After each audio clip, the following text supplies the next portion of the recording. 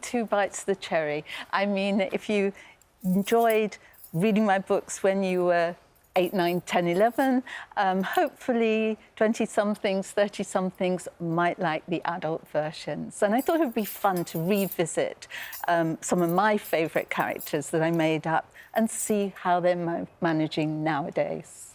It's interesting, isn't it, because those characters are so alive off the page that I wonder how easy has it been for you to imagine them and to write them all these years on?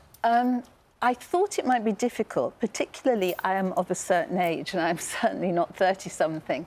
And yet somehow immediately I got back into starting to write about them.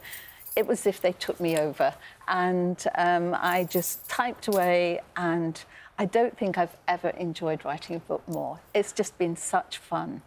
I'm sort of free, too. I can write about whatever I want and not worry about, you know, maybe making a child think, oh, that sounds fun, and it's actually dangerous. When you're an adult, you know what you're doing, hopefully, and I could just let rip for once.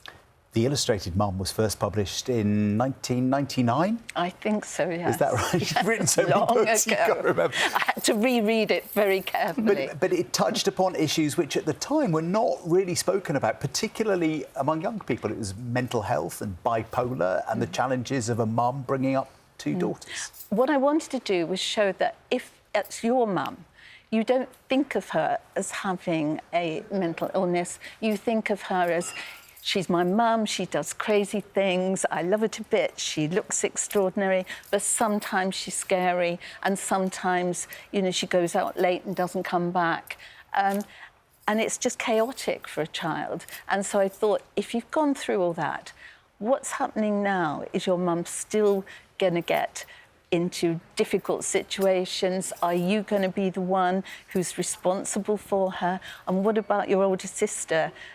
Is she helping out? So I thought my main character, Dolphin, has got a lot to resent and yet feel guilty about. And so I thought, right, Dolphin, I'm going to rescue you. I'm going to give you an interesting career and then show you how to get even more fantastic feedback from it. And she isn't in a relationship when the book starts, and so I am giving her not one, but two people who seem quite likely prospects. It's so interesting, isn't it? Because, as we know, what happens to you as a child affects you for the rest of, or it can affect you for the rest of your life. And it's a real exploration of that, isn't it? It is, and her childhood was so chaotic, and she had to learn to be really grown up to cope. And I think if you've had that throughout your childhood, somehow there's a bit of you that still can't quite manage ordinary life. You always feel anxious inside yourself. And I gave my girl a bit of spirit and a bit of help. And hopefully readers will think, she's made the right choice here. My girl. I love that. I can sense your love of the characters and your sense of ownership of them. It does sound a bit weird, doesn't it? No. When I was a little kid, I had loads of imaginary friends, and I think, really, I've never grown out of that. I mean, I don't think about them all, because I've written, I don't know, 120, 130 books. My brain would explode. But there are certain ones that stay with me, and the characters from The Illustrated Mum are there in picture imperfect, and I'm thrilled to bits to be talking about it now. So what characters are you keeping your company with now? Who's with you now? How I wish I could advertise the whole thing on telly, but my publisher said, I'm a gabby person. Keep your mouth shut. Feel free to speak.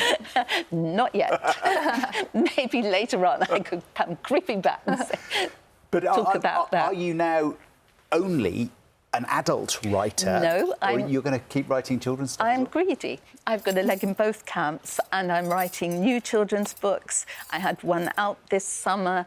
I've got another one already written, ready for next year, and then I'm thinking very happily about the new adult novel. So no easy retirement for me. I'm hanging on in there. Just keep going.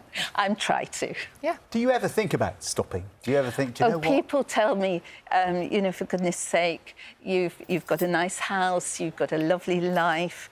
Why not just enjoy being with your partner, your dogs? reading other people's books, and I can do all that, but I need something in that head to think about when I wake up in the morning, to think about when I'm standing in the queue in the supermarket. Just need my double life. Dame Jacqueline Wilson, whose new book, Picture Imperfect, is coming out. Thank you so much for coming in and talking to us. Oh, it's been lovely. Lovely to see you. Thank you. Come back. Will do. Yeah. Now, Saran Jones is